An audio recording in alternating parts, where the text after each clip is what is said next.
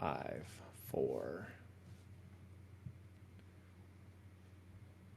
Technology, does it work? Says recording.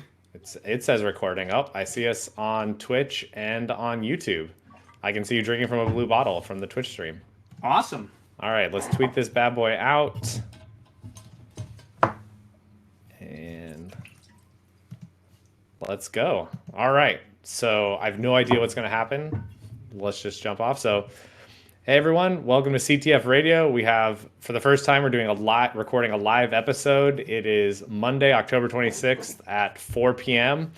Jan's here, I'm here, and we are hopefully going to take some live questions if we can get it. If you're watching this later, if you keep track of our Twitter feed, there'll be a link so that you can call in to the show and ask questions, which we're doing right now. And we're also streaming to Twitch and YouTube. So if anybody has any questions for us there, I suppose we'll try to answer them there. But Jan is the Twitch streaming master. He's streaming his entire course on Twitch, so he's probably much better at this than I am. Do you feel like you're a Twitch streaming master? I right before this, I had office hours for Pone College, and it took me about 15 minutes to enter my own Twitch chat. So I feel very.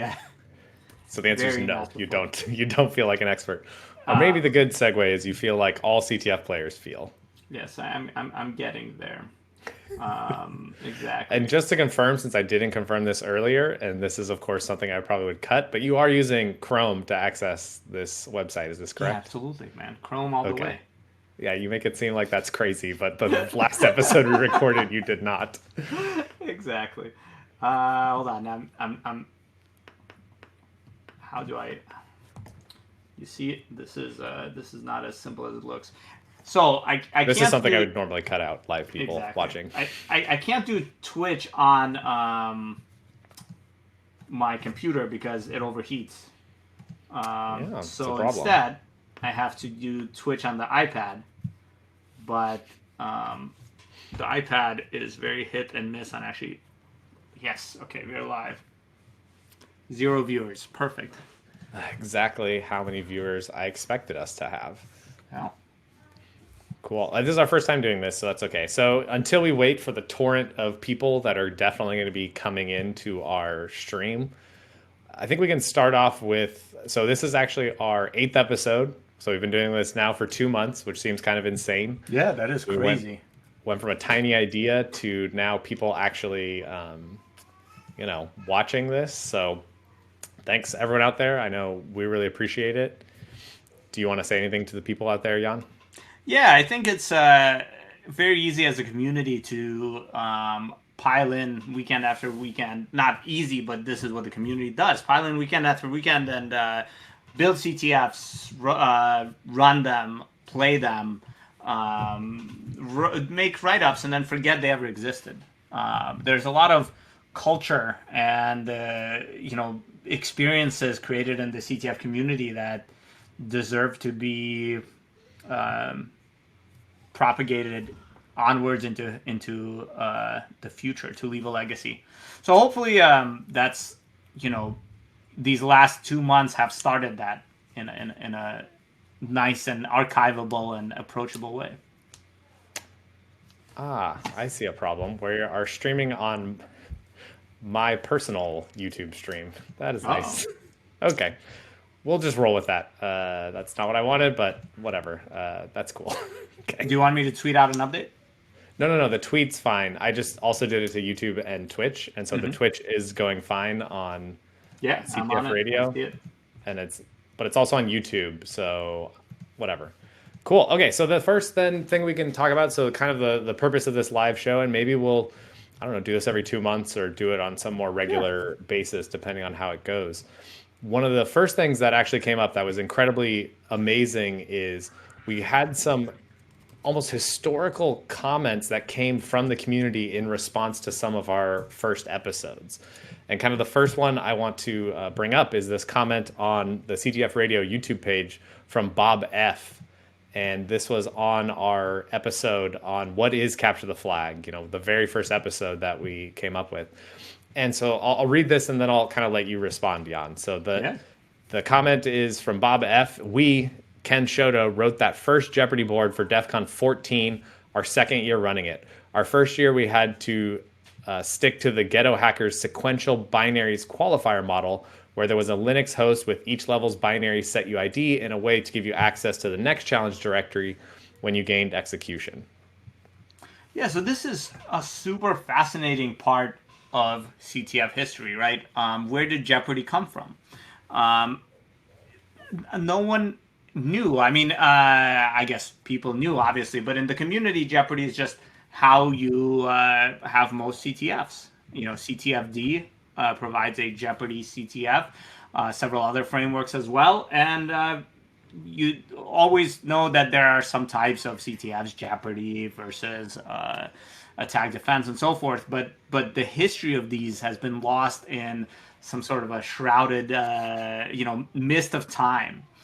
And this is super interesting to see a comment on our channel, right? Which is super cool that already we are kind of starting to evoke these recollections, I guess. I'd always thought that Jeopardy was invented at DEF CON TTF, and it was just how the CTF was either always or just kind of emerged from there. The other thing that Bob mentioned there, the set UID level by level, so can you explain what that is for people? Yeah, absolutely. So this is a different design of hacking challenges. A little more of a war game style, let's say. Probably the true successor of this is war games like Pwnable.kr, where you just go click one by one. Nothing keeps you from skipping, but you typically rarely do. I guess it was the original design of the DEF CON qualifiers, which is super crazy. It's this concept where you connect to a host and you're some user level 1, for example. And user level 1 has access to a specific program. When you exploit that program, you exploit it to gain the privileges of user level 2. And then that one has, and so on, right? So you go from level 1 to level 2 to level 3 to level 4. And it has this, if I may, that has this nice gating property, right? Where it sets up kind of naturally, you can't go on to the next level until you've completed the previous level, which has been actually persisted in the original Jeopardy model of CTFs, where you originally, just like the Jeopardy board game, you have a board of Jeopardy challenges. The organizers pick one, and then the first person who solves that opens up the next one. Yes, and so on and so forth. And in the original, it was really the next one. So in every category, you could only open up the next difficulty in every category. So if you solved the 100-point Pwnable challenge, in a Jeopardy board, you could open up the 200-point Pwnable challenge, exactly, and so on. And so this set UID race is something that you can still see on Over the Wire, right? So if someone says, yeah, to learn Linux, go to overthewire.org and try the Bandit challenges. If you log in as level 0, and then you go and hack your way to level 1 and so on. I saw it the first time at UC Santa Barbara in yeah, exactly, in our advisors and Giovanni's security course, where you log in and this is a homework assignment. You log in to level 1, you're given a username and password, and then from there it's just a exploitation race. I think at level 13 or 14 was the last one, and on the machine itself there's a command, scoreboard or whatever, and it'll print an ASCII scoreboard just based on the log of who logged into what, and that was a super awesome design, but I had no idea that it used to be the DEF CON qualifier design. That's crazy to me, because even further, this is something I still use in my grad class. So I borrowed from Giovanni and modified levels and made it to be 15 levels, but this is still, and I think in terms of education, right, it's a nice model for approaching a security challenge, because you have one thing to focus on. So on one hand, you have one thing to focus on, right? You solve that challenge and then you get to the next one. And if you design it correctly, it becomes a building up of your skill sets over time, so that you learn kind of one thing in one level, and then that takes you to the next level and then the next level. So that's something that I think is a very powerful model. Now it has downsides, right? I think the key problem is when you get stuck at a level, it is insanely frustrating and you have nothing to move on to. But I've also seen the reverse where I've done it where you have all 10 levels that can be worked on at once. And yeah, exactly. So Zion is mentioning in the chat on YouTube that this is in CSE 365. So I also developed the same thing for undergrads, but this one I let them exploit any level they wanted. And while that has a lot of benefits, the downside is you're really constrained in terms of what things you actually start exploiting. So it can be a really tricky, it's a really tricky kind of trade-off because people want to spend, they may not spend enough time to exploit a certain level and they'll pop between levels trying to figure things out. So I think this is just a fascinating way and approach to think about doing a type of CTF. And it's amazing seeing that notion that still exists today came all the way from DEF CON 14. Yeah.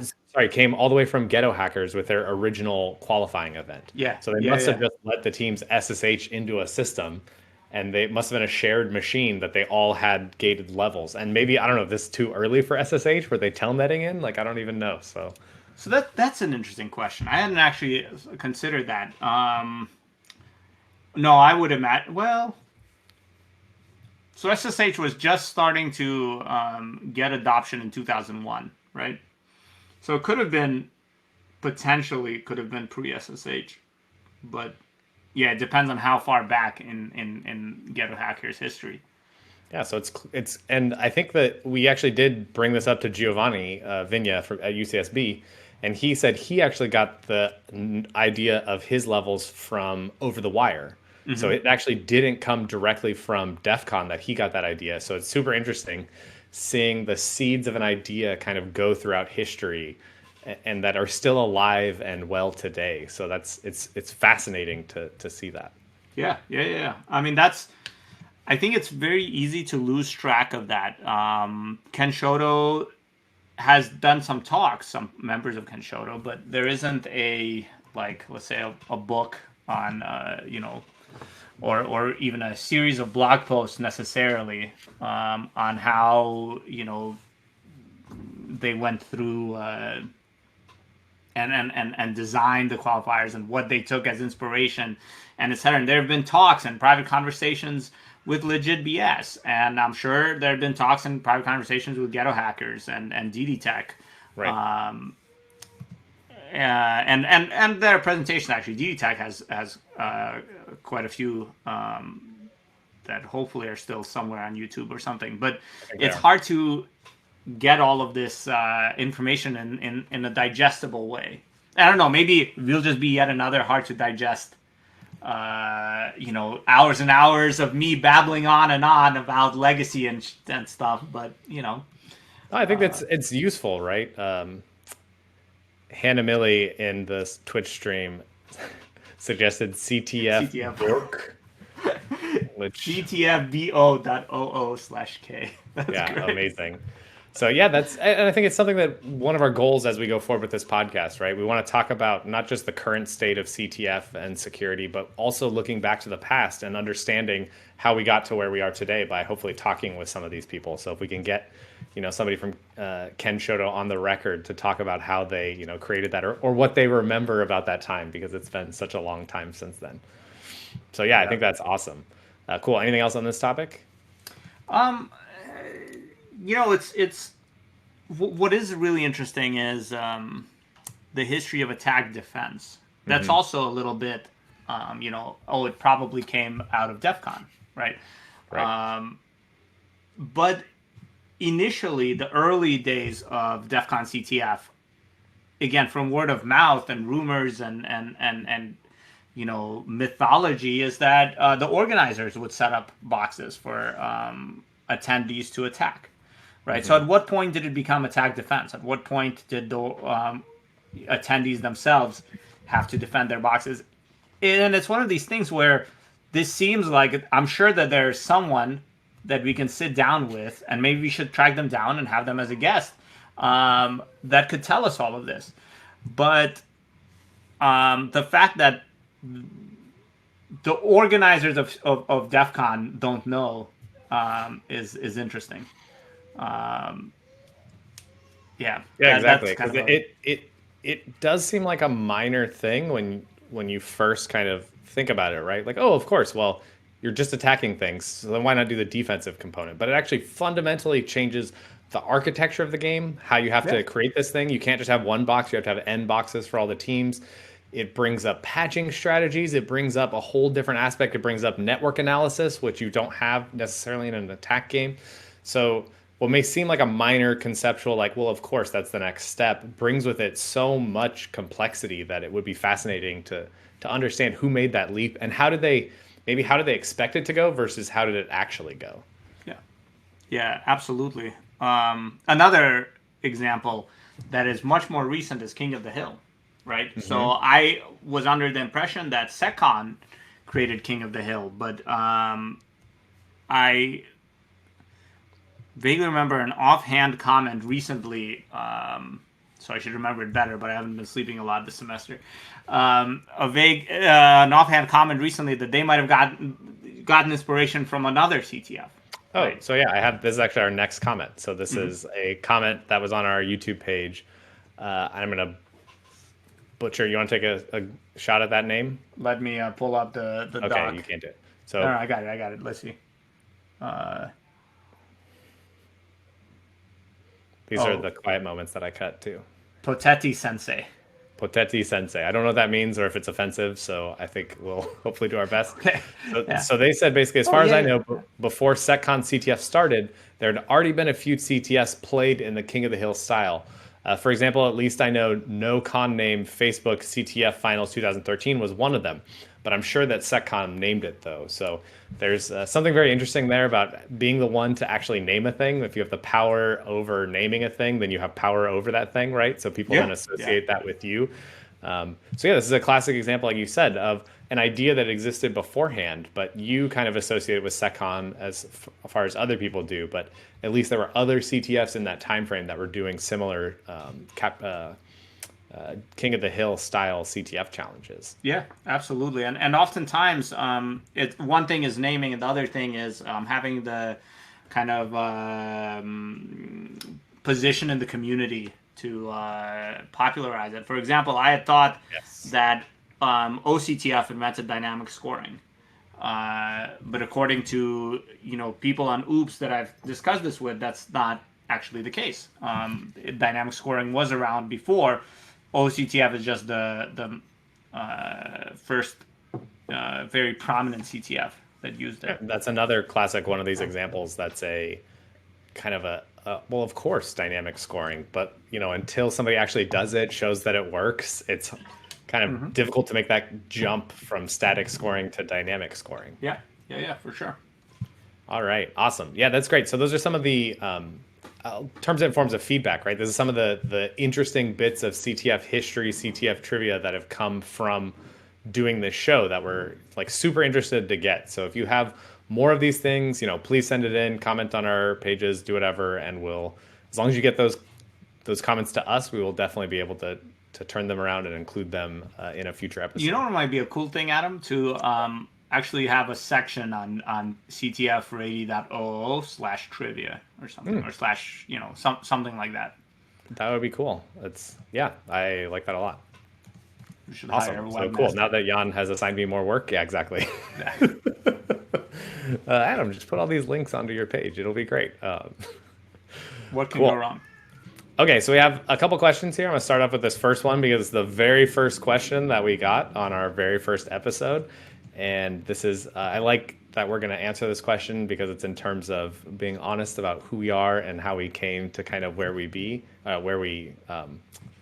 came from and where we are, and not trying to hide or, I don't know, trying to make us seem more fancier than we are. So the question was, did you guys ever get a black badge? And so this comes from, in full disclosure, my cousin Trevor, who actually knows nothing. He's not a security person. He's actually he works as an assistant director in LA. So if you have, commercials or other stuff you want to hire him for, he's online on Twitter at Trev Munster, TREVMUNSTER.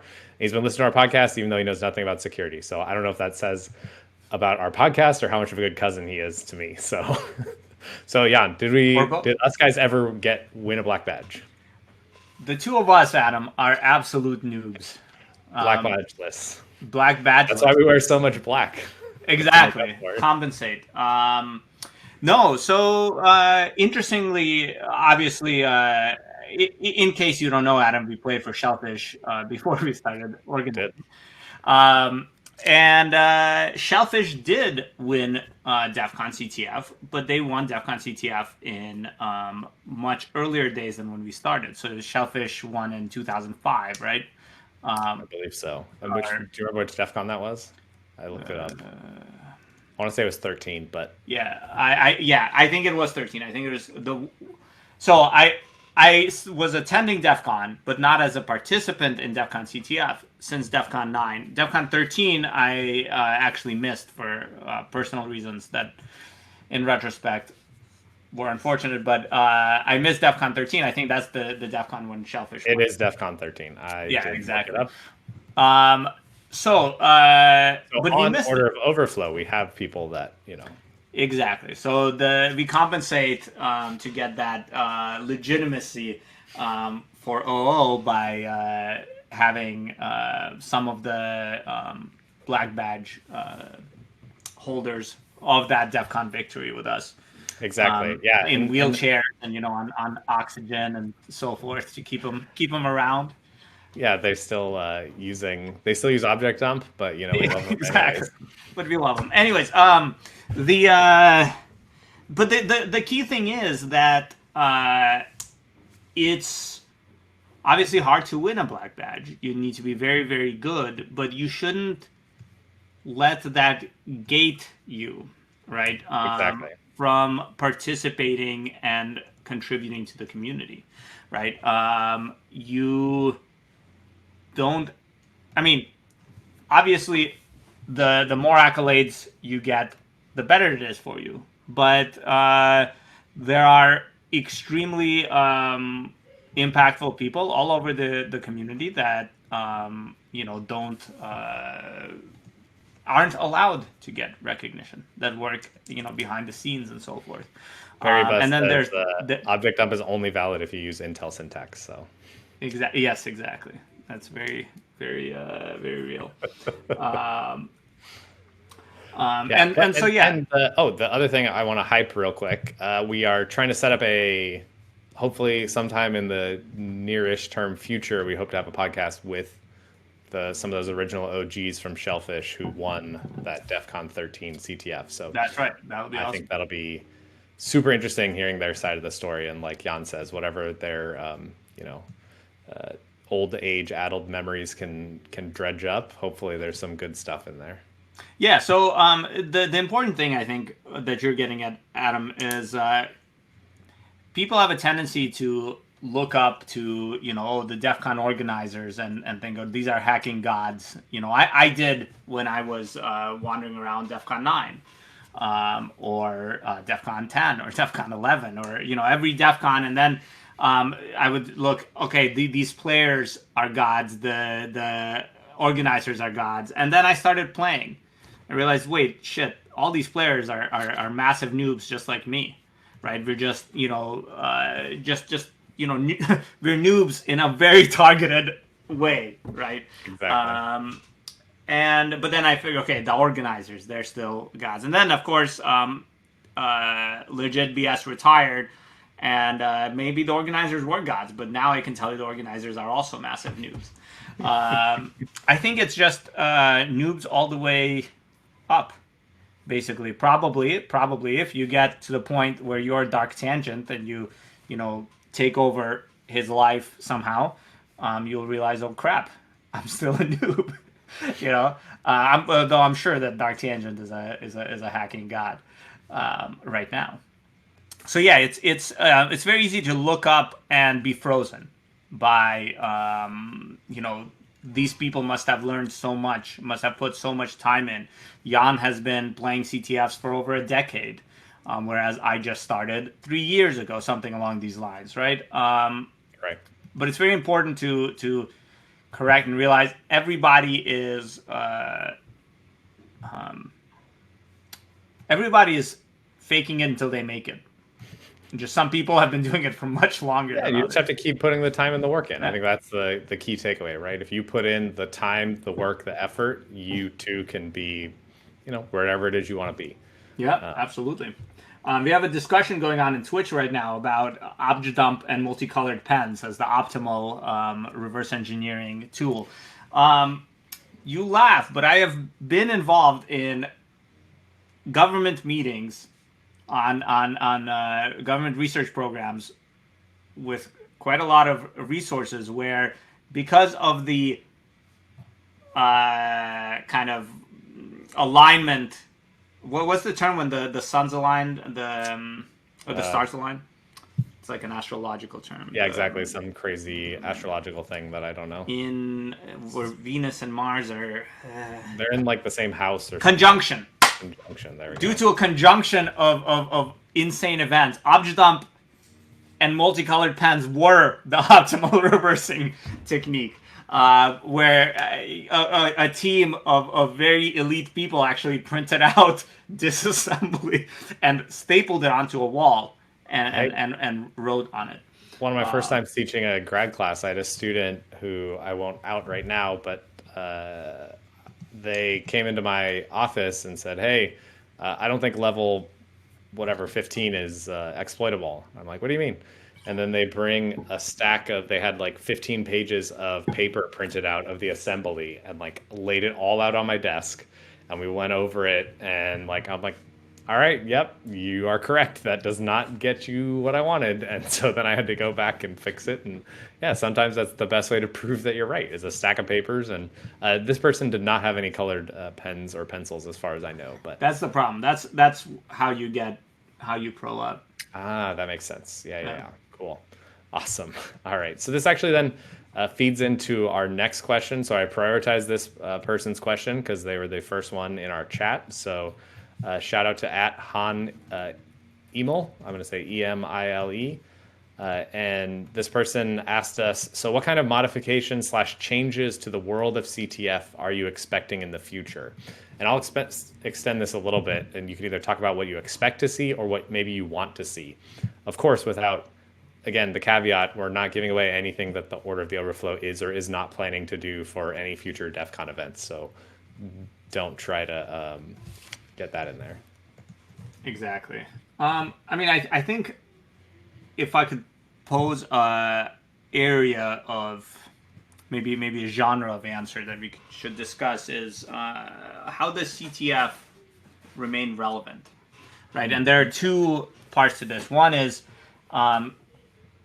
CTF and CTF participants love ponables, right? Mm-hmm. And very subtle, crazy ponables, right? Insane heap things, crazy kernel exploits, etc. We're slowly moving toward a future where that doesn't exist, right? How do you CTF in a world of Rust, right? If we get there, or a world of... I have a clear answer for that. It's web, man. Like, look at the web. There's entire languages that are dedicated to preventing the old classic Pwn style vulnerabilities. Yeah, I definitely agree that obviously there will still be CTF opportunities, but try creating a CTF without a pwnable. There was a recent one. It wasn't new to hack. I don't remember what it was, but they said we're just not going to have any pwnables, and they got a huge amount of blowback, right? Sure. So it's something that maybe it'll naturally happen as the community shift technology. For example, last month, Intel released chips with control flow enforcement technology, right? Which is going to wreck ROP pretty heavily. For one, I'm going to have to rewrite my entire ROP module next year, or 2 years from now, or whenever they become actually adopted. But if you take a binary on Ubuntu 20.04 and you disassemble it, you'll see this end BR64 instruction everywhere, right? When those are actually enforced, ROP is not quite gone, but it's going to get much, much, much less relevant, right? But could somebody, to play devil's advocate a little bit, could somebody have said that about buffer overflows before ROP was really kind of conceptualized? And like something like, let's say ASLR, when ASLR took off, right? I think you could reasonably have suspected, like, oh yeah, okay, this kind of type of exploitation is going away, but it took new techniques like ROP to make it so that that's not the case. So do you foresee that as a fundamental shift, or is it a shift until we get better about exploiting this weird machine?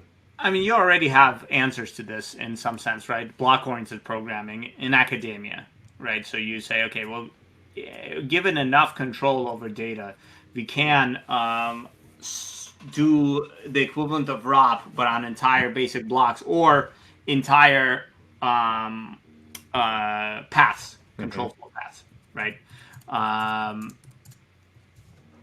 And you've had that for a while. In 2015 was the height of this ROP, anti-ROP insanity, right? That was in academia was a huge cat and mouse game. So I think CET isn't going to kill ROP. I agree, but we're gradually moving, further and further into kind of the sunset of memory corruption. Hopefully from the perspective of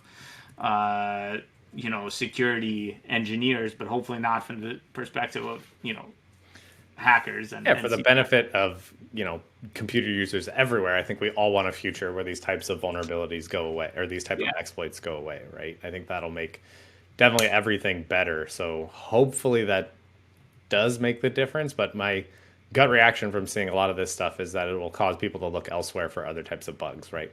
There'll be data only attacks, or there'll be different types of ways of that maybe aren't as beautiful and fun as we like ROP to be, but that still allow different types of, different types of exploits, right? It's all about, what is a vulnerability at the end of the day, or an exploit? It's something that allows you to compromise the security of an application. So if that causes us to get more creative and more clever with what types of applications we go after. And I think a thing to think about is like Ethereum and smart contracts, right? They are written in a language that doesn't have buffer overflows, doesn't have this kind of thing, and yet people make silly programming mistakes that allow you to steal money, have absolutely real financial consequences. So and you can see WebAssembly and all of this, where and you could see actually talk about this exact microcosm of this in Heap, right? So back in the day, and again 2015, 2016, it was like the first Heap renaissance, and you had a house of this, house of that, and everything worked. Everything was the Wild West, and then the Heap slowly started hardening, right? And things were harder and harder and harder, and then Tcache came out, right? And so suddenly it was Christmas time, open season on the Heap once again. And now things are starting to harden again, right? So maybe it's cyclical. Maybe, like you said, ROP will go away, and then there'll be some other crazy thing, and it'll be WebAssembly or Yan 85 or something crazy, some new style of computing where all of this is relevant, or Ethereum. But I don't know. I do think that eventually, right? Looking ahead decades, we have to think about, is CTF going to be as fun, or how can we keep CTF as fun without pwnables? I think this non-pwnable CTF was an interesting experiment. I'm not sure what the motivations behind it was. You definitely heard it here first. No pwnables in future DEF CONs CTFs. That's what Jan's saying. Exactly. And then the other question is, how do we see automation in CTFs? Let's put a pause on that question for 1 second. I want to see if something happens, but because I'd like to weigh in first on what I see in CTFs. Oh, okay. Yeah, because go ahead. Yeah. So I think actually and that's why I kind of wanted to interpret this question more so as what changes would I like to see I just lost audio in the future. while Jan messes with his audio driver, which is super fun in the middle of recording a podcast. What I think the question we really have to ask ourselves is, and it's something you touched on a little bit, Jan. It's like, why do people leave CTF and stop CTFing after 4 or 5 years? I think everyone kind of sees that it's in some sense, one way to phrase it is it's a young person's game, right? People, you got to spend weekends.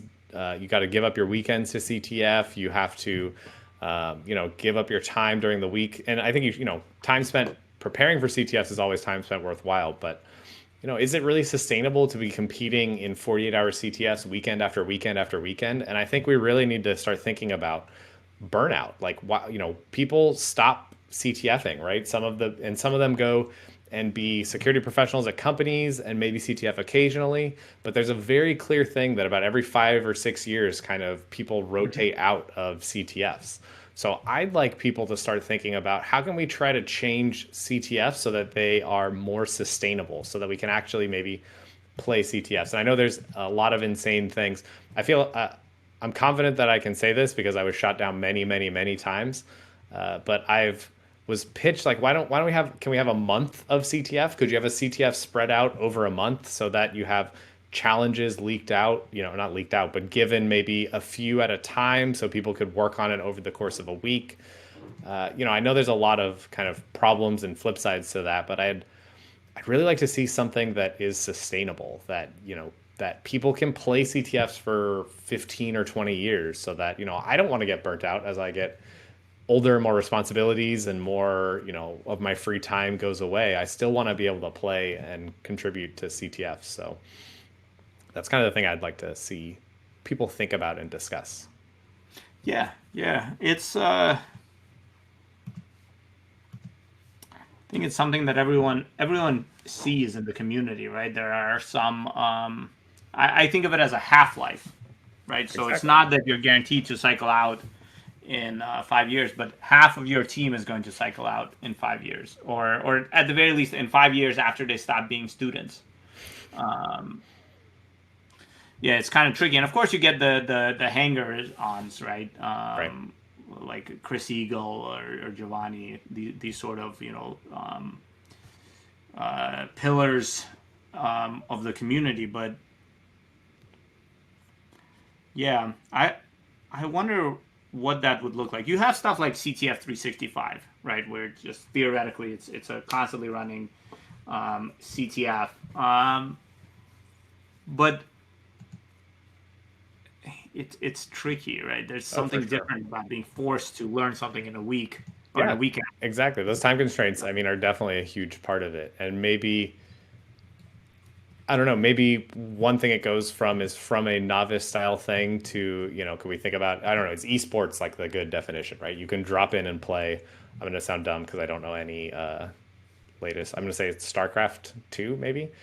You can drop in. I think some old people still play that. Yeah. Yeah, I don't know. I was gonna say Counter-Strike, but that would really, really date me. So Counter-Strike 1.6. There you go. So yeah, so you can pop in, play a game, and pop out, right? But there's a whole competitive aspect of people who are doing it literally professionally, right? So I think that's kind of like an interesting maybe way to take that. So. Yeah. Okay, cool. So yeah, going back to then the question that came up in the chat. So thanks, Ghost Raptor. So in the Twitch chat. So where do you see the future of automation in CTF? And do you see automated analysis and exploitation taking a bigger part? So actually, you already started to see that, and it was actually exactly. You saw action and reaction, right? Yes. So shortly after, I don't remember when this started up, but with the rise, it was also around the Cyber Grand Challenge, right? With the rise of these complex program analysis techniques that can then rewrite binaries automatically, et cetera, there were teams that have shown up with these automated Superman defenses, right? Whether that is, you go and do something simple like have an LD preload module that, or just change up the PLT for free to just remove it. So, break a lot of heap vulnerabilities, or complex stuff like rewrite a binary to extend every stack frame, or re-randomize locations, or all sorts of stuff, right? Of varying complexity. So automatic patching has been a thing for a very, very long time. And it's something that has basically been disallowed, whether by just statements in the rules saying Superman defenses are not allowed, and we will go to you and force you to roll something back, or like what we do at DEF CON, or what we have done at least in our previous 3 years, where we have a limit on the number of bytes you can patch in a binary, right? To make sure that people are really patching actually fixing the bug, and not just trying to not even fix, but obfuscate an entire class of bugs, let's say. Exactly. Yeah, because vulnerabilities, exploitation is extremely precise. Right? And that's part of the point. It wouldn't be very fun if it wasn't very precise, if it wasn't a careful skill. And of course, you can screw up a subtle exploit very easily. It's much easier to break an exploit than it is to land an exploit. So there's especially multi-bug exploits, right? So if you have a bug that has multiple stages, your Superman defense may have disrupted the second phase without really understanding what the underlying problem is, which is not cool. Yeah. Exactly. So it's there are problems, and so the organizers fight against these. Then the question on the automated side, I think it's going to be a very, very long time before we see automation being like true automation, not just helpful tooling, but true automation being competitive on the high levels, right? Because by definition, the high levels are the very, very edge of the state of the art. So, for example, if someone discovers some novel, crazy heap technique and has a CTF challenge with that crazy heap technique, I've created automatic exploitation, or I've been involved in the creation of automatic you created all of Mechanical Fish. That's what you're stating right here. That all mean no. But I was involved in research on the creation of these systems, and they're very fragile, right? They are and the way that you create them is you have an idea of what the vulnerabilities you need to target and exploit are, and you create an automated system that kind of thinks like you do. When you create something that thinks like you do, and then you receive a challenge that for you would require you to learn something extra, the system that you created does not have that capability, right? That's the core problem with automatic attack. Now, that's for fully automatic attack. I think we are seeing there are a lot of large overarching research programs, including ones going on that our lab is involved with, right? For aiding a human in the ability to approach these complex things, right? That I think we'll see quite a lot of new tools, new or new extensions to existing tools that'll basically bring automation to it, or human guided automation. Full automation, I don't see being very effective. Sorry, I kind of went on. I think that's and the interesting thing, if you look at it, you could say, well, there's already a lot of automation in CTFing, right? I mean, part of it is being familiar with things. I mean, Pwn Tools is probably one of the best examples of. I don't know if you'd call that necessarily automation, but it does automate a lot of the tedious and difficult parts of pwning things, right? Or like you said, a ROP compiler, right, is a clear example of automating something that you could definitely do by hand, but it's such a tedious part that you want a machine to do it. But like you said, it really gets to what is the core of a CTF, right? The core is not to run another Cybergrind challenge to see who has the best automated systems. And people I think could have different views on that. You may want to, Rodeo Day is I think a good example of something where the whole point is to create automated systems. But in our view, and I think we have a shared view of this, Jan, is that the point of a CTF is to figure out who has the best human hackers. And yeah, sure, they may be augmented with scripts and tools and other kinds of stuff, but at the end of the day, if it's a question of two different teams, you want the one that's the better hackers to win, not the one that has better automation. Right? Yeah. Yeah, exactly. I mean, there's a place for automation, and that is also part of skill, part of your preparation. But the automation that you want to see is extremely general, right? Because you want to see, okay, who is the best x86 64 heap challenges on libc 2.31 hacker, right? You want to see who's the best, hacker, and that's the same for the automation too, right? So if they really create an automation that is really useful for example, when we released Anger, right? And especially before we released Anger, not every, but many reversing challenges up to like 300-400 point challenges would be angerable, right? We would load them in. We'd say, okay, symbolic execute from here to here. We deal with a couple of explosions along the way, and then we'd have a flag. Then we released it, and for the next year or two, 200 and 300 challenges were still angerable. Then only 200 ones, right? And what we want to see is, if someone creates the next system that can start tackling exploitation challenges or reversing challenges or something along those lines on its own, great. Yeah. That is very cool to see, but we want to see, a very significant step, not just like, so I don't know. A follow-up question. Yeah. So in Twitch, QuazTiel, QAZTIEL asks, are abstraction and automation the same? Which is, I think, a great question, because I think yes and no. That is right. So I think I think in this context, maybe we're thinking abstraction in terms of, you can think of it in maybe decompilers, right? Something that helps you abstract the complexity of a binary by essentially automatically translating it into a higher level language.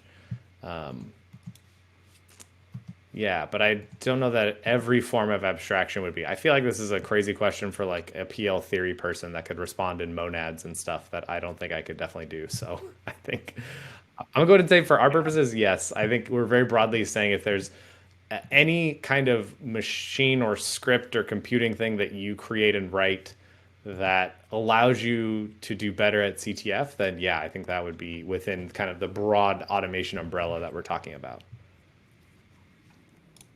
Yeah, I think abstraction is almost more the automation that we would almost like to, that I think is interesting. That can, I think it can help a human more. Exactly, right. Because rather than an automation that's just fit to a specific task, like, oh, I can like a ROP compiler, right? Can generate a ROP payload under very specific circumstances, right? It has to look for exact gadgets. It can't really reason about new gadgets or new scenarios or new ways around things.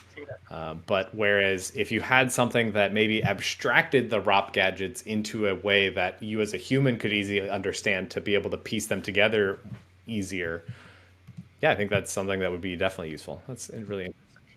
I think a ROP compiler or a good example of automation is a ROP gadget finder, right? Back in the early days of ROP, I mean, some of the first ROP challenges, I'm trying to remember, like maybe based off of my best effort memory, Harry Potter at, I think, Plaid. Was it at Plaid? That was an awesome ROP challenge where it was a super constrained ROP. That at the time, if I remember correctly, the tooling available for it, we had to basically obj dump.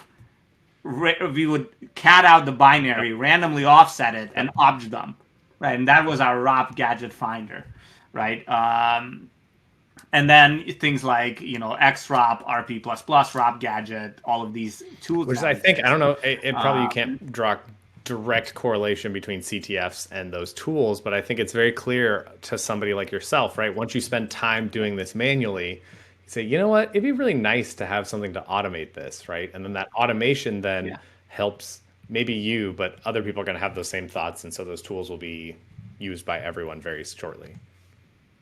For sure, for sure. I mean, I think Pwn Tools is a good example, right?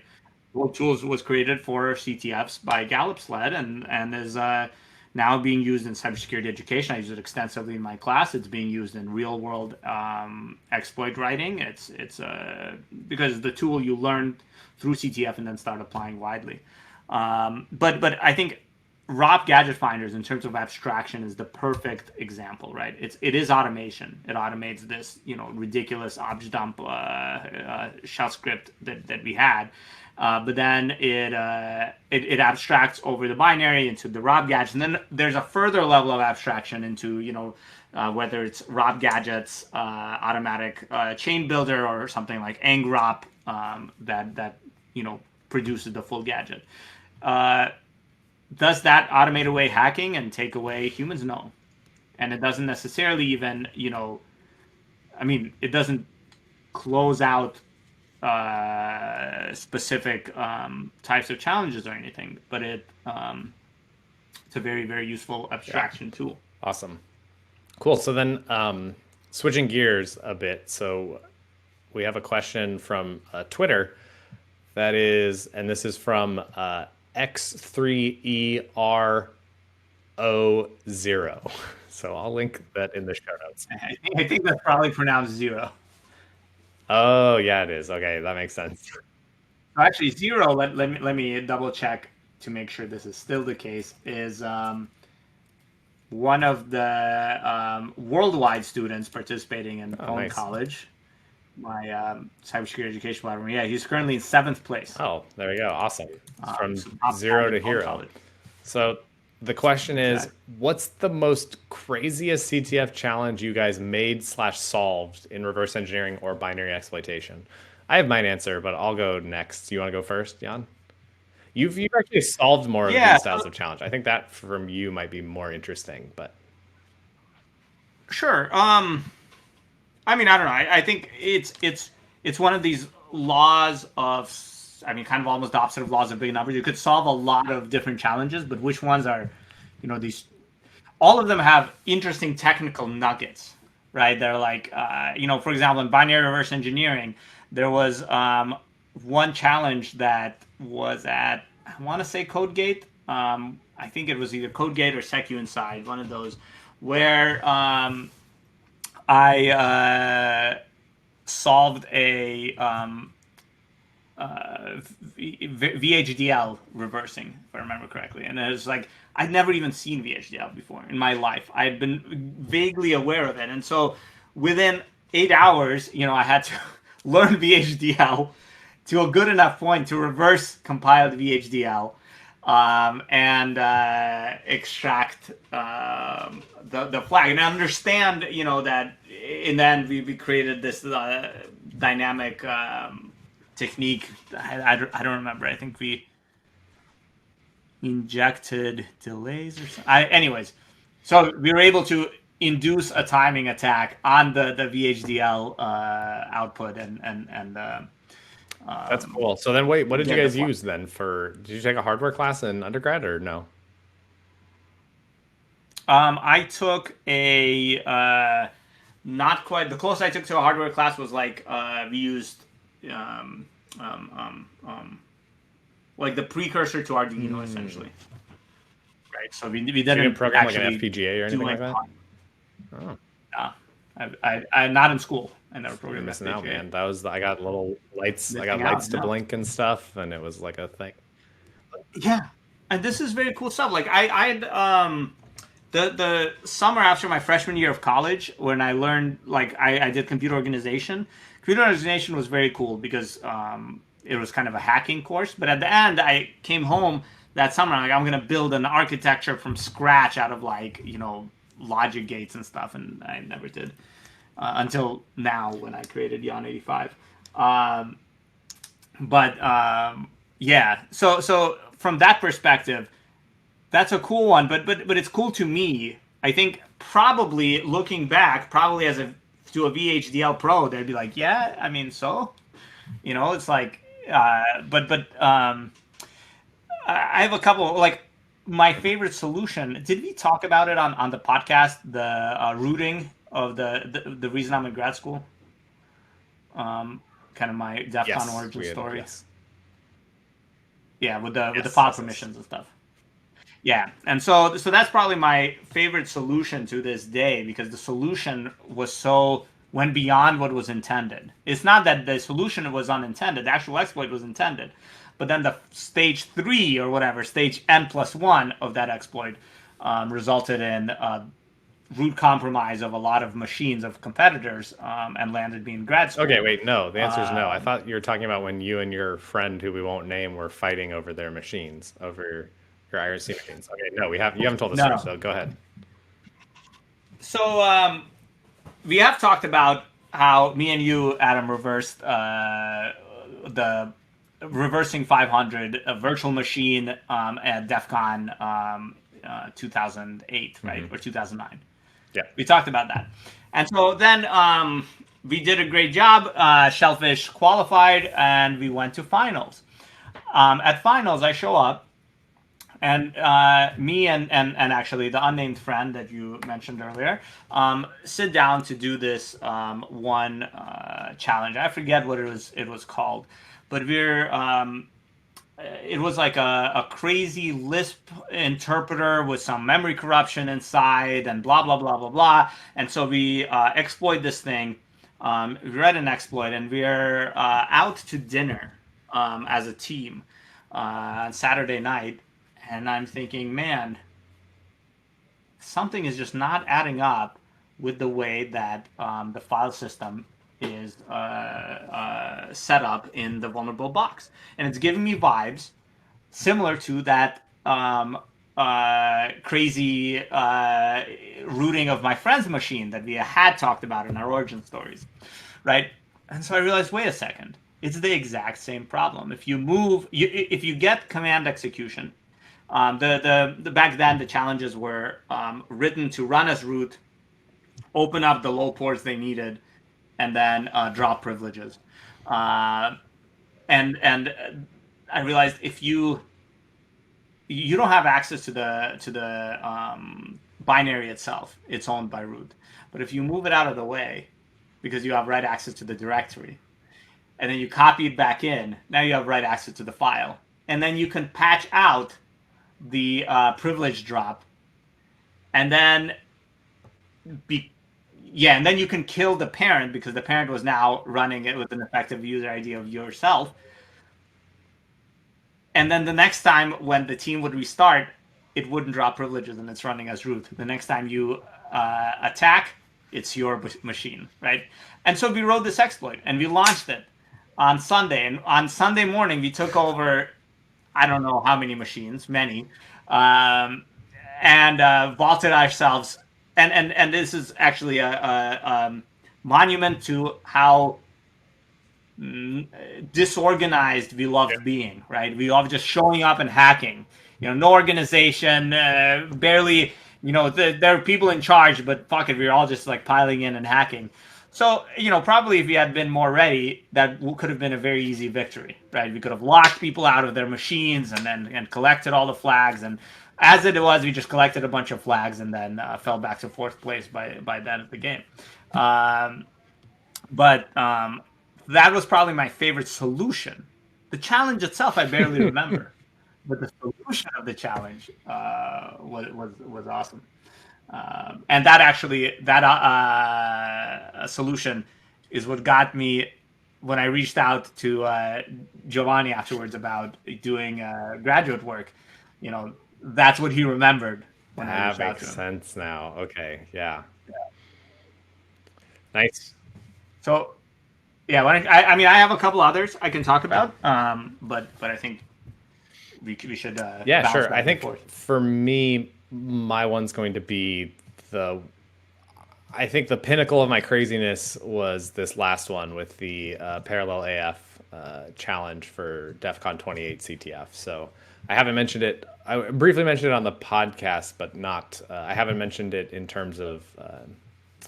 We did an in-depth discussion during DEF CON about it, during some audience interaction. So anyways, I will briefly. So basically, I don't know, maybe it should be probably clear by now that I like thinking about computation in different terms, or like thinking, kind of trying to boil hacking down to its raw essence and say, okay, what is it that we're really doing here? And it actually goes back to the things we just talked about automation, right? Like if you're a hacker on a desert island or an alien comes down and gives you some new system, like, can you hack that system? Are you so reliant on the tools that you have that you can't adapt to this new situation?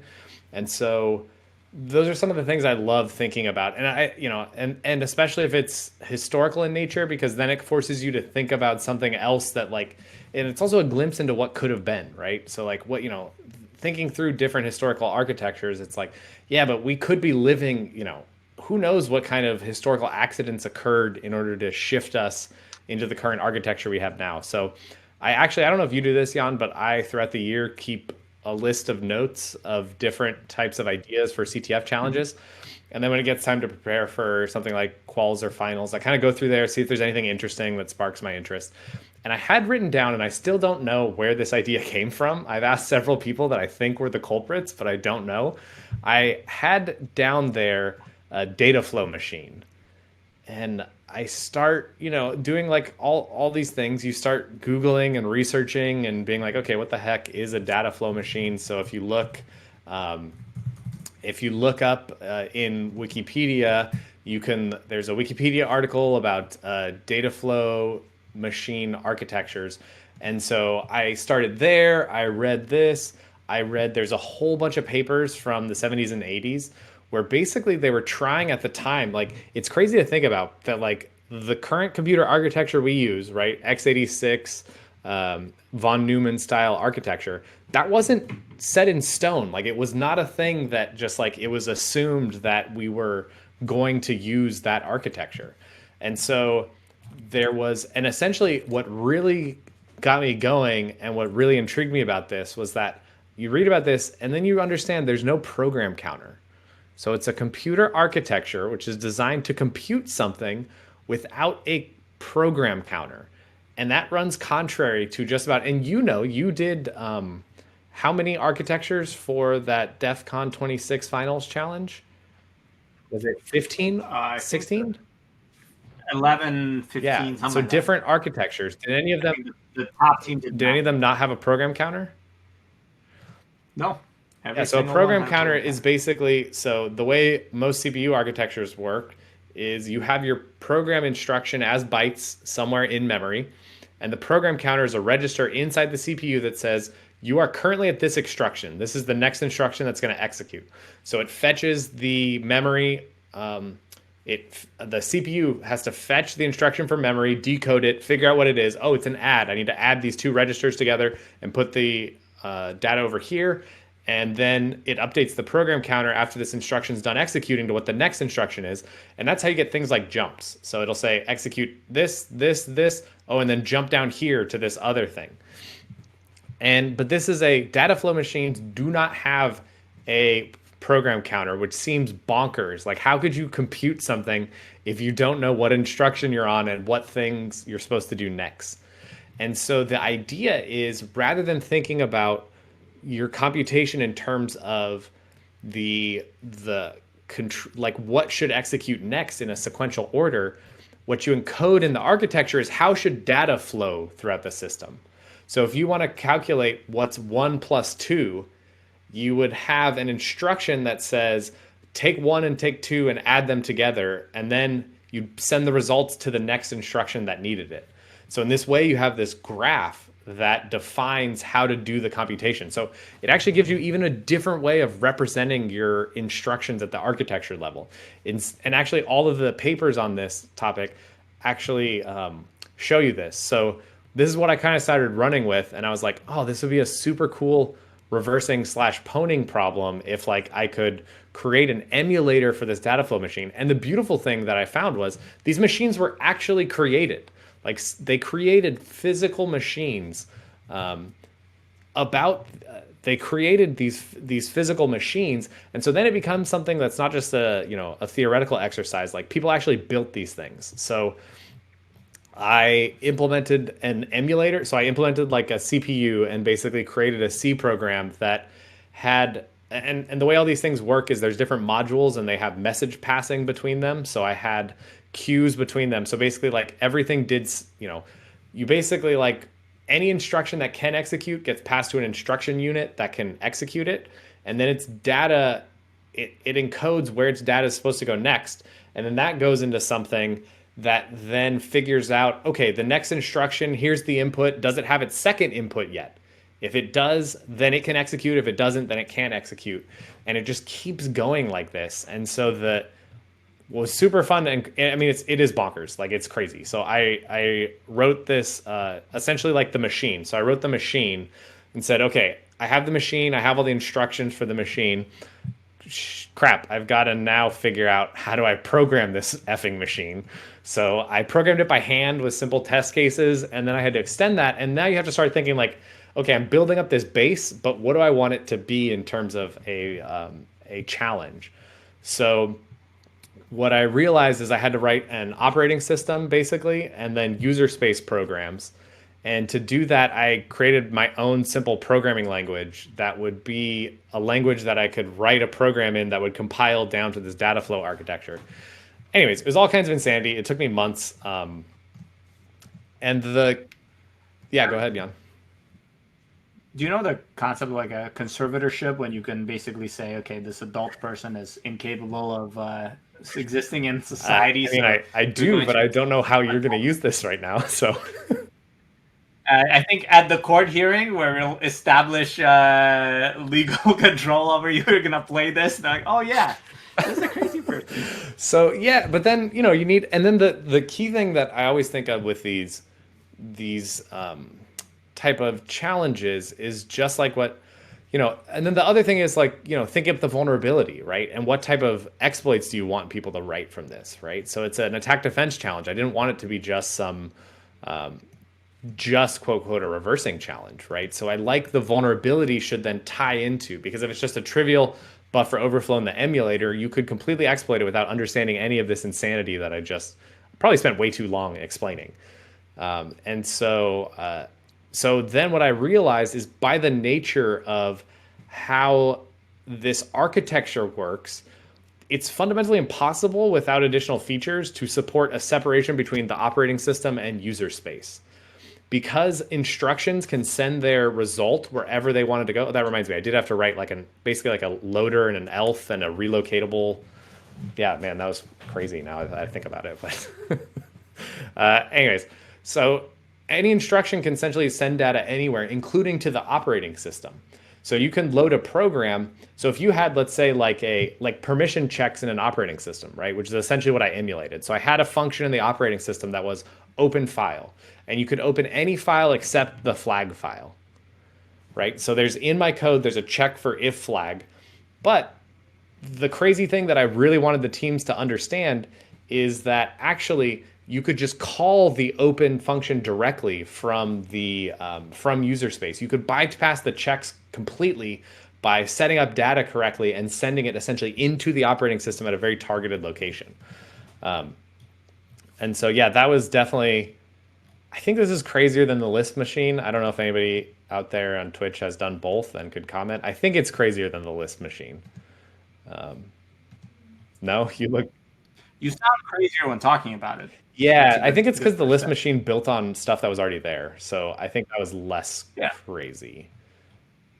But yeah, and I made some mistakes with that challenge. I think where we released it, the idea was to have 3 different stages. The first stage being that there was a backdoor in a user space program that you could use to call into the kernel to get the flag.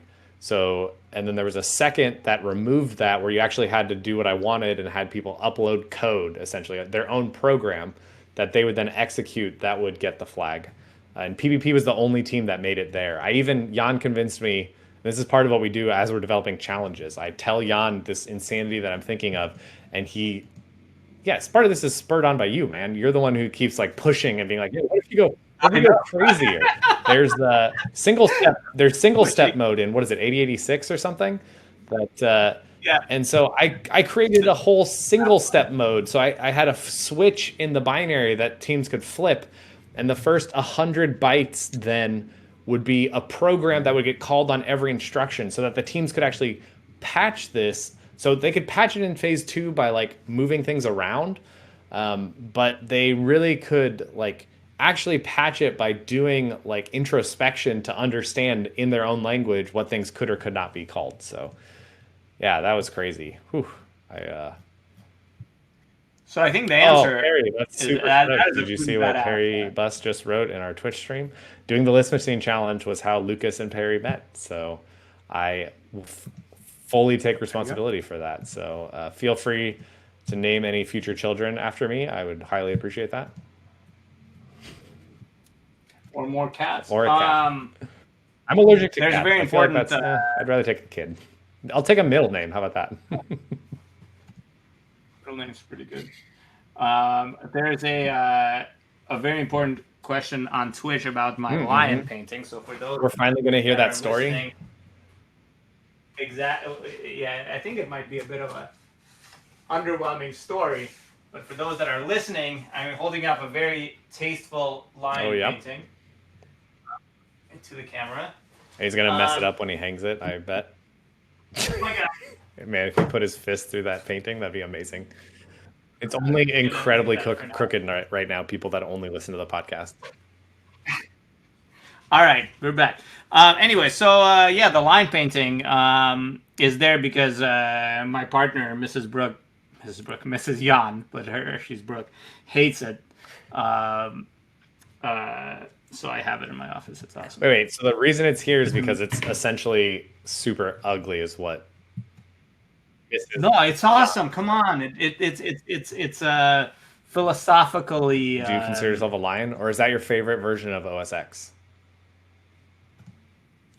Let's go with the second one.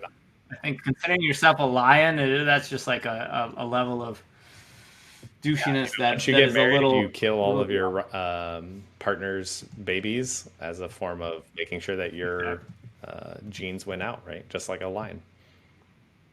Just like a lion. There's actually, so in Russia there was a surprisingly common occurrence of like families having a pet lion or a pet tiger, and then if the dad dies, then the lion kills the rest of the family, because the lion might recognize the dad as the head of the pride, and then it's over.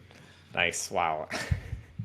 That's actually a terrible story. That had nothing to do with where you got that lion painting. It's just why it's in there. So just why it's in there. Where I got it is a mystery. It's not impossible that line paintings like that instantiate spontaneously. Maybe. Okay, you want to do one more craziest CTF challenge you made or solved in reverse engineering or binding exploitation? Yeah, absolutely. I mean, there are a lot so of many challenges obviously a lot solved. It's so difficult. There's so many that you many that I solved. It's so hard to choose. Yeah, exactly. I might not have a black badge, but I've solved a lot of 100-point challenges. No, I'm just kidding. But one challenge I didn't solve until 5 minutes after the CTF ended. Actually, there's many of these. 3 specific ones that I'm very proud of solving right after the CTF ended. One. And we just lost Jan. So I'm sure Linux just crashed for him. So this is great. This is exactly the way I thought this would go. I'm sure. Hey, there we go. I think there's just a timer until Chrome crashes. Oh, cool. Happened last time too. Yeah, probably right around this time. So that's awesome. I love dealing with all of your uploads. It's great. I don't know why. All okay. Right. So there's there's 2 exploitation ones and 1 crypto. The crypto, I guess, is out of the scope of the question. But in solving the crypto, me and Ryammer and Antonov, I think, we found an error in the only crypto book to discuss that problem. We found a typo where instead of minus, they had plus. It's insane. Like, we found it, we got the wrong solution, we tracked backwards, we tracked down error, and we solved the freaking problem literally 5 minutes after CTF ended. Wow. Did you follow up with the authors? Is that why they created that challenge? Maybe they found the same bug and were like, screw these guys, I'm going to make a challenge about this. That's an interesting question. We did not. We should have. Then, for Opponable, there was a year of, I think it was Secu Inside, that had 1,000 point challenges, right? And so they had like, the standard, 100, 200, whatever, and then they had like 3 or 4 1,000 point challenges, and the Opponable one was a insane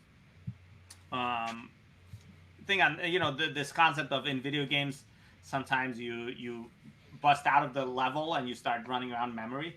Right. So there's that in Sokoban, and when you got out of the level, you dug into the global offset table. Oh, cool.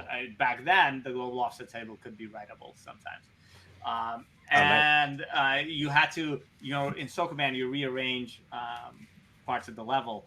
And by doing that, you have to basically hijack control flow and win. And the reason that's very memorable to me, and the reason I didn't solve it until after the CTF, is there's a lot of randomization in that level. So I patched out the PLT stub of random to just ret, right?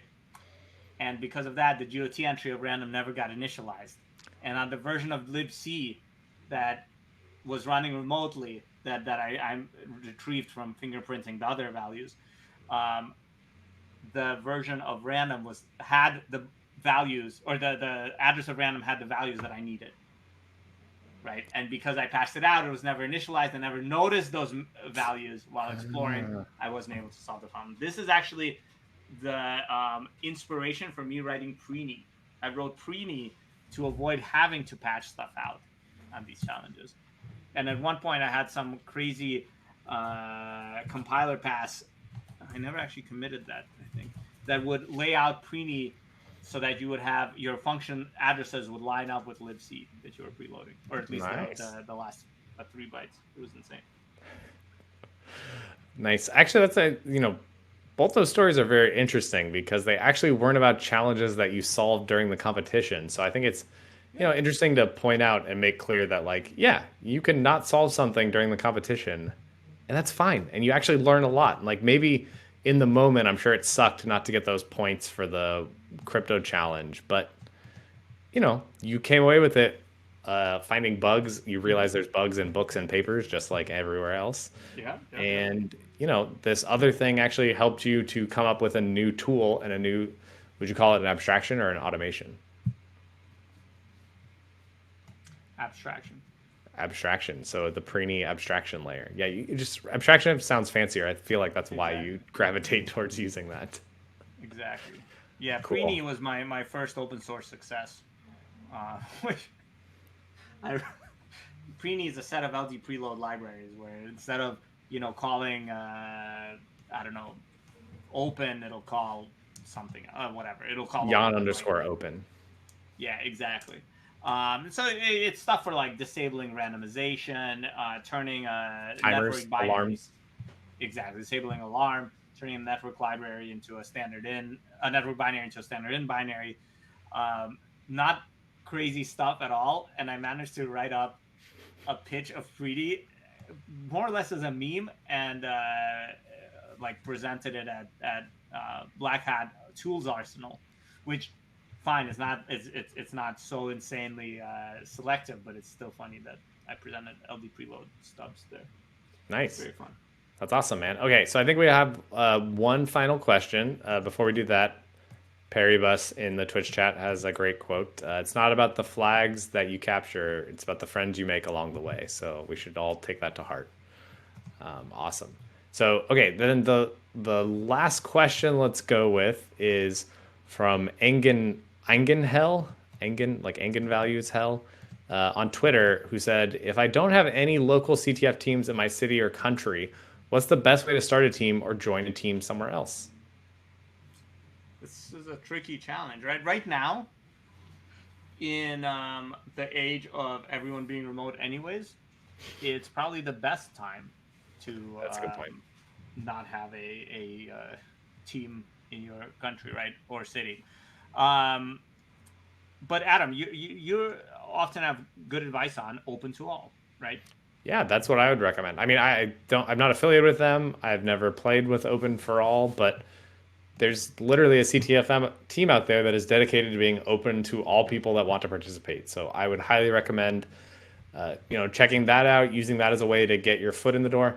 See if you like CTFs, and then I'd recommend playing with them for a bit, get your feet wet, and then once you feel like you kind of know the lay of the land, maybe after 6 months, maybe after a year, start your own damn team. Like, I think this is one of the things that it's not only reasonable, but it's important to start, when you see something like this that doesn't exist and that you think should, go out there and do it. That's why we created this silly podcast, because we've been talking about this for years about how, so much of CTF information is lost. There's really no place for people to do it. And so we said, hey, let's do it. And it took us, what, a month to release the first episode or something insane?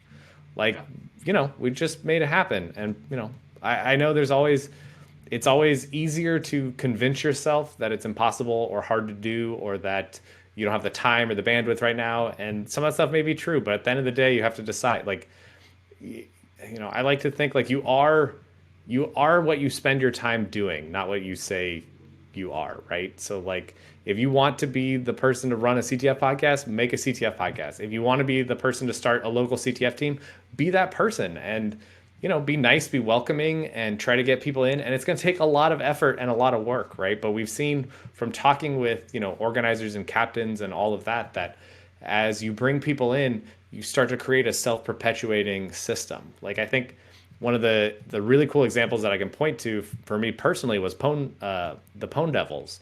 So the Pwn Devils was when I started here at ASU in 2014, they had a CTF team that had basically been dormant for years. And I think they basically occasionally played in ICTF. And so I joined and I said, okay, I'm going to start up this group again. And I'll tell you what, I failed a lot starting that group up. And I keep trying to tell Jan and the current folks about all the things that I tried, because they often don't believe me that they don't work, and people don't need to find out for themselves why things do or do not work. Like I did, 2 hours a week where we'd have meetings, 2 hours a week. We played in CTFs on weekends, and I would, you have to be the cheerleader. It's the thing that you don't realize about being a captain and a leader, is oftentimes what your job and role is to be a cheerleader and to get people going. And so, and then the Pwn Devils went from something that I put in a ton of time and effort into it to now being a thing where they've essentially merged with Shellfish, and they're now part of Shellfish. And it's a self-perpetuating thing. So currently, Zion is the ASU captain of Shellfish Pwn Devils. I actually don't know your exact role. Sorry, Zion. I'm sure it's somewhere in my brain. But, and he runs the meetings. They're actually concurrently having a meeting right now going over reversing and stuff, which is hopefully why we lost them on the stream. And so that's, I think that's great. And I think, Jan, you have an example I can say definitely of, being at UCSB, doing your PhD, seeing that Shellfish was a kind of maybe losing its way CTF wise, right? We'd compete in like the major CTFs. And then what did you decide to do? Did you just like complain about it, or? So my big thing was how to keep Shellfish able to qualify for DEF CON, right? And so we would do the hack meetings. I would needle people mercilessly about playing DEF CON quals, going to DEF CON. And actually, we have to give credit where credit is due, because Fish showed up, right? And Fish is the one that demanded we play every CTF. Oh, awesome. Cool. Right? I was going to give that credit to you, so I'm glad you put it where it deserves. Yeah. And so that was a game changer. Fish said we should play this CTF, we should play this CTF, we should play this CTF. And we started. And it's tough when you're rusty. It's one thing to get your skills back out for DEF CON quals, and I think actually no longer viable as an approach with how difficult CTF has gotten in general. But back then, it was difficult. We see ourselves, okay, we're number, I don't remember, 40th in like Mozilla CTF, right? Or these, and then we just eventually we're top 5, top 2, top 1, and so on. I think a good example of the modern generation of Shellfish that has players not from all over the place.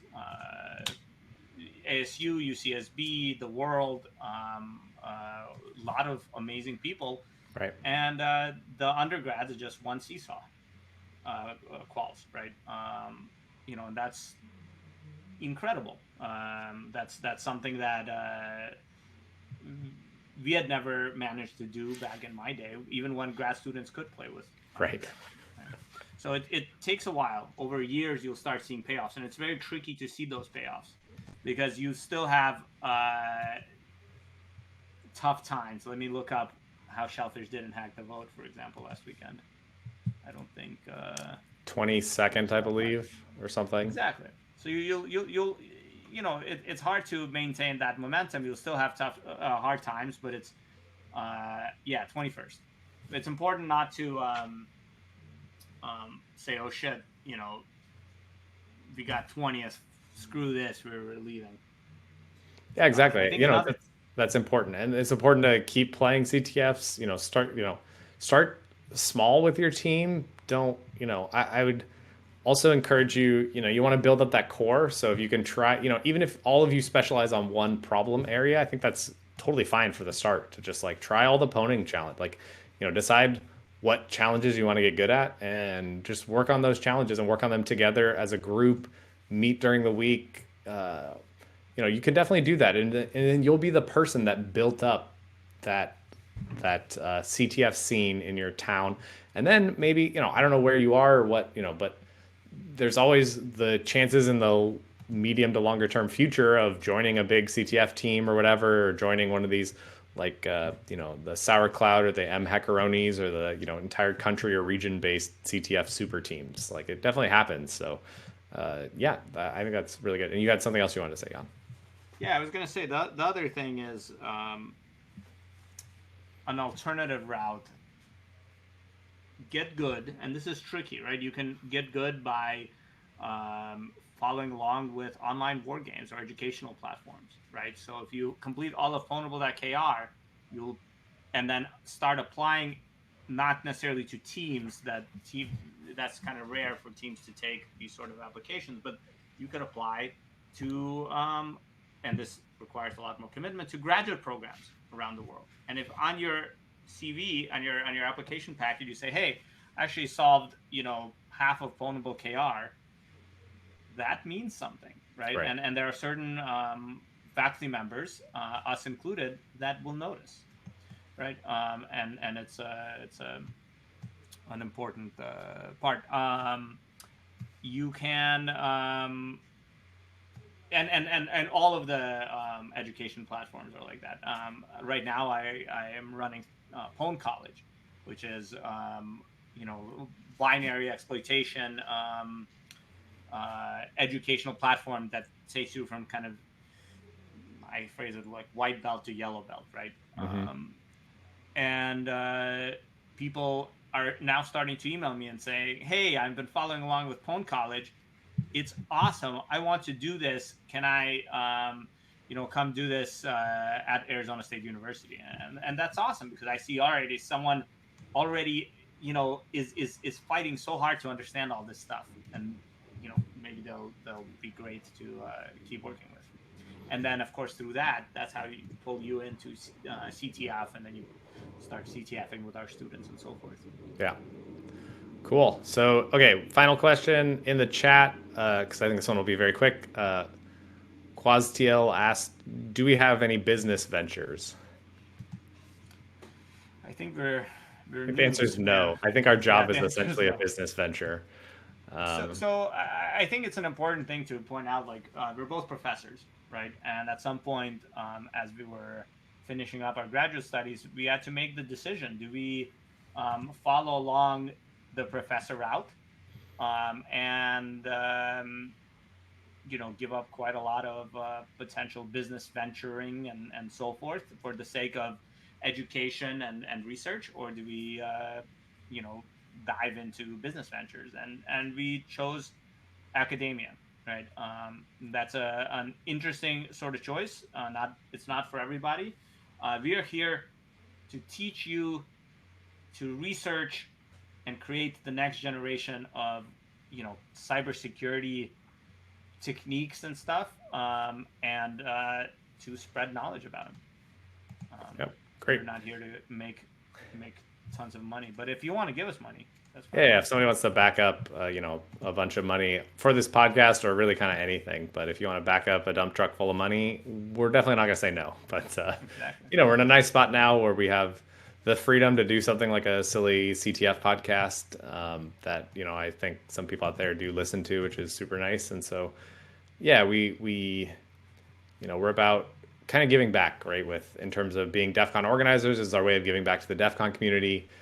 We do research, publish papers, publish source code for our papers, our research projects to help kind of push the community forward. So that's what we're going for there. So thanks for everyone for joining us today. This was a new experiment in the CTF radio experience.